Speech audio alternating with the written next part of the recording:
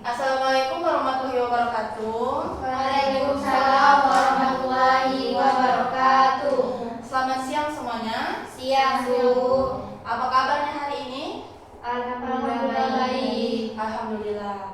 Nah, sebelum kita memulai pelajaran pada hari ini, alangkah baiknya kita berdoa terlebih dahulu.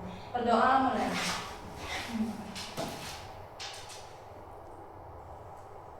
Berdoa selesai. Baik, sebelum itu Ibu akan melakukan presesi ya. Sepertinya Ibu lihat hari ini datang semua. Terima kasih pada teman anak didik Ibu yang sudah hadir pada kegiatan pembelajaran hari ini. Bisa kalian lihat di layar. Coba kalian amati pada dua gambar ini. Apa yang bisa kalian tangkap? Sampah. Sampah, betul. Kotor, iya. Buang sampah sembarangan. Iya, buang sampah sembarangan dan plastik. Nah, perilaku seperti ini itu seringkali kita dapatkan dalam lingkungan sekitar kita. Baik anak-anak, perhatikan kembali dua gambar permasalahan di depan ini. Nah, Ibu ingin bertanya nih, bagaimana sih murid-murid Ibu ini mencari cara paling efektif untuk menyampaikan pendapat kalian kepada warga sekolah agar mau mengurangi penggunaan sampah plastik? Ada yang bisa menjawab? Oke, kepada Yuni. Menurut saya, kita harus bikin aturan. Aturannya itu denda. Oke, ide yang bagus. Ada lagi? Kalau menurut saya ya, Bu, kita itu harus kasih tahu dulu dampak buruknya. Misalnya kita menunjukkan data kalau sampah itu butuh ratusan tahun untuk hancur. Nah, jadi agar mereka sadar sendiri. Oke, jawaban yang baik. Kita memberikan fakta dan juga dampak terhadap pembuangan sampah plastik sembarangan. Nah, proses meyakinkan orang lain dengan menyampaikan argumen kita itu disebut dengan teks eksposisi. Nah, sekarang Ibu akan membagi kalian menjadi dua kelompok dan Ibu akan memberikan lembar kerja yang berisi tentang permasalahan sampah di lingkungan sekolah. Baik, silakan anak-anak membentuk dua kelompok.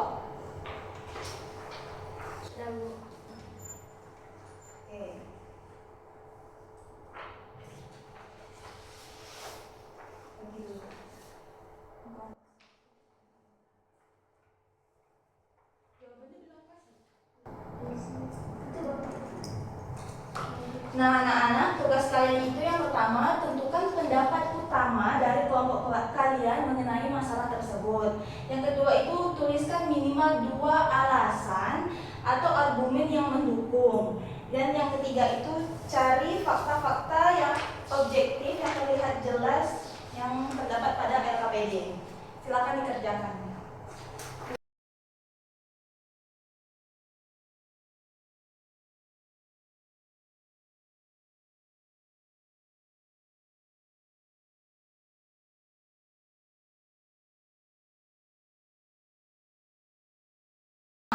Oke?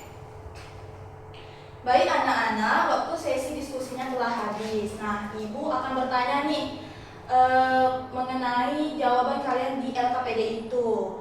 Nah, Ibu harap kalian bisa menentukan apa-apa saja pendapat utama dari kelompok kalian, fakta, alasan, dan juga kesimpulan dari hasil diskusi.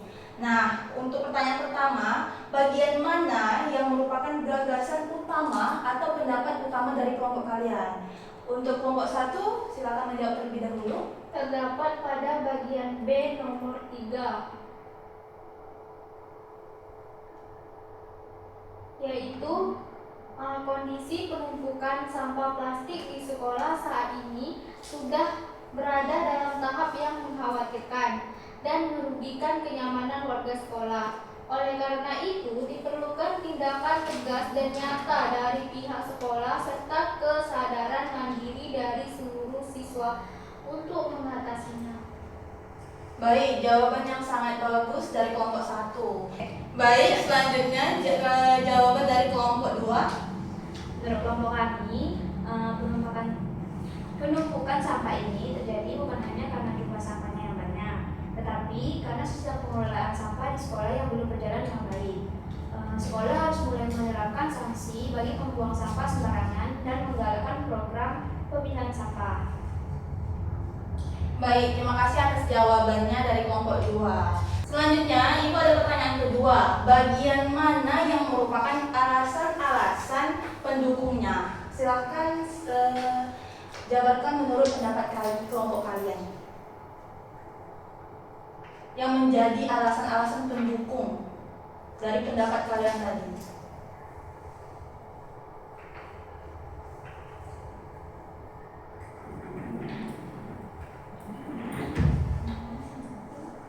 Ada yang bisa menjawab dari kelompok 1? Baik, jadi salah satu itu sampah plastik. Sampah plastik itu merupakan jenis material yang sangat sulit dan membutuhkan waktu hingga ratusan tahun untuk dapat terurai secara alami, sehingga jika dibiarkan akan terus menumpuk. baik, jawaban yang cukup memuaskan. Selanjutnya untuk kelompok 2, alasan 1 dan alasan 2 di LKPD yang nomor 4. Alasan 1 itu adalah tanpa adanya sanksi atau aturan yang tegas, warga sekolah akan terus mengabaikan kapasitas tong sampah yang sudah penuh dan tetap membuang sampah di tempat tersebut secara sembarangan. Alasan 2-nya itu banyaknya jenis sampah yang bercampur antara organik dan anorganik membuat proses pembusukan menjadi lebih cepat dan menimbulkan bau menyengat yang mengganggu kelas di sekitarnya.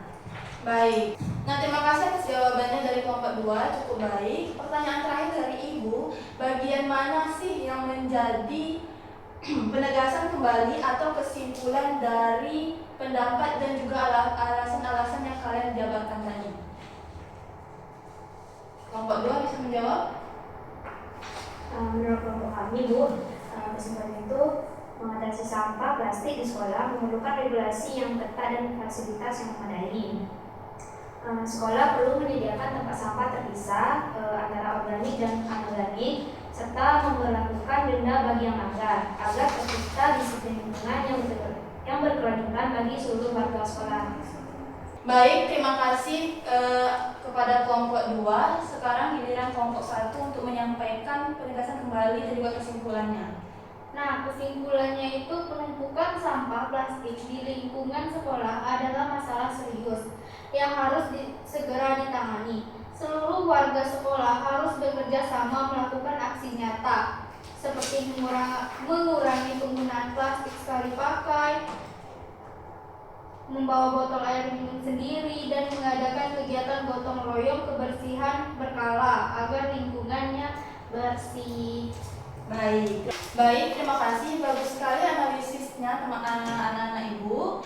Nah, sekarang silakan perwakilan salah satu kelompok untuk mempresentasikan hasil dari LKPD yang telah diberikan tadi. Kelompok mana yang mau maju? Baik, pada kelompok 2, Ibu silakan.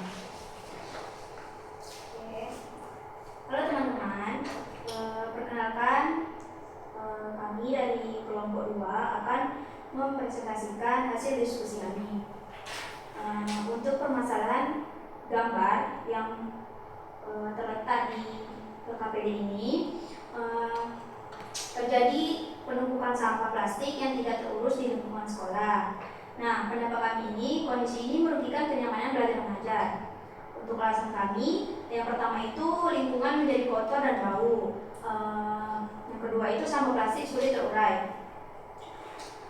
Selanjutnya fakta yang terdapat di gambar ini, terlihat tumpukan plastik es, botol minuman, wadah makanan berserakan di tanah di samping bangunan hijau sekolah. Nah, kesimpulan dari kelompok kami, pihak sekolah dan siswa harus bekerja sama membersihkan dan membatasi penggunaan plastik sekali pakai. Terima kasih. Baik, terima kasih kepada kelompok 2. Beri tepuk tangan terlebih dahulu. Untuk kelompok lain, apakah ada tanggapan atau masukan? Saya mau Bu. Baik, silakan kepada kelompok 1. Nah, presentasi kelompok 2 itu sudah bagus dan faktanya sesuai dengan gambar. Namun, mungkin bisa ditambahkan dengan syarat konkret di kesimpulannya seperti menyediakan tempat sampah terpilah. Baik, masukan yang sangat bagus dari kelompok 1. Ibu ucapkan terima kasih. Baik, luar biasa. Terima kasih kepada kedua kelompok. Kalian berdiskusi dengan sangat santun. Nah, coba kita perhatikan kembali. Apakah tadi kita menemukan persamaan dari apa yang telah kita susun? Ya. Nah, apakah semua memiliki pendapat? Ya. Memiliki alasan? Ya. Dan memiliki kesimpulan, bukan? Ya. Oke. Nah, struktur susunan yang kalian buat tadi itulah yang disebut dengan teks eksposisi. Ya. Nah, struktur teks eksposisi itu yang pertama ada tesis anak-anak, yaitu berisi pengenalan isu, masalah atau pernyataan umum dari penulis tentang topik apa yang dibahas. Seperti kalian yang memberikan pendapat tentang masalah sampah yang diberikan tadi. Yang kedua itu ada rangkaian argumen berisi pendapat atau argumen penulis sebagai penjelas tesis. Di bagian ini itu kalian menyampaikan alasan-alasan dengan fakta-fakta yang ada untuk memperkuat argumen penulis. Dan yang terakhir itu ada penegasan ulang atau yang berisi kesimpulan, berisi pernyataan ringkas terkait pendapat-pendapat penulis sebelumnya. Apakah bisa dipahami? Bisa. Tidak terasa ya anak-anak, kita sudah hampir di ujung sesi. Nah, mari kita melakukan refleksi sebentar. Ibu ingin bertanya, apa yang bisa kalian pelajari pada materi hari ini? Pada Mirna, silakan. Hari ini tuh kita belajar tentang teks eksposisi, Bu, yaitu teks yang isinya pendapat tapi harus didukung oleh fakta dan data, bukan sekedar gosip saja. Oke, baik, terima kasih. Ada lagi? Nah, kita juga belajar 3 struktur utamanya, Bu. Ada tesis atau pernyataan pendapat. Nah, lalu rangkaian argumen atau alasan dan diakhiri dengan penugasan ulang atau kesimpulan. Baik, terima kasih. Hebat, semuanya sudah paham dengan apa itu teks eksposisi dan struktur-struktur teks eksposisi.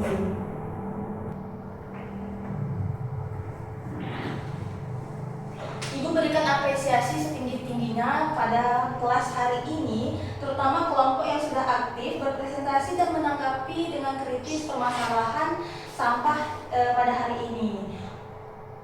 Mari kita akhiri pembelajaran hari ini dengan berdoa. Berdoa mulai. Berdoa selesai. Baik, terima kasih anak-anak terhadap perhatiannya. Semoga ilmu yang Ibu sampaikan bisa bermanfaat bagi semua. Ibu akhiri, wabillahi taufiq wal hidayah. Wassalamualaikum warahmatullahi wabarakatuh.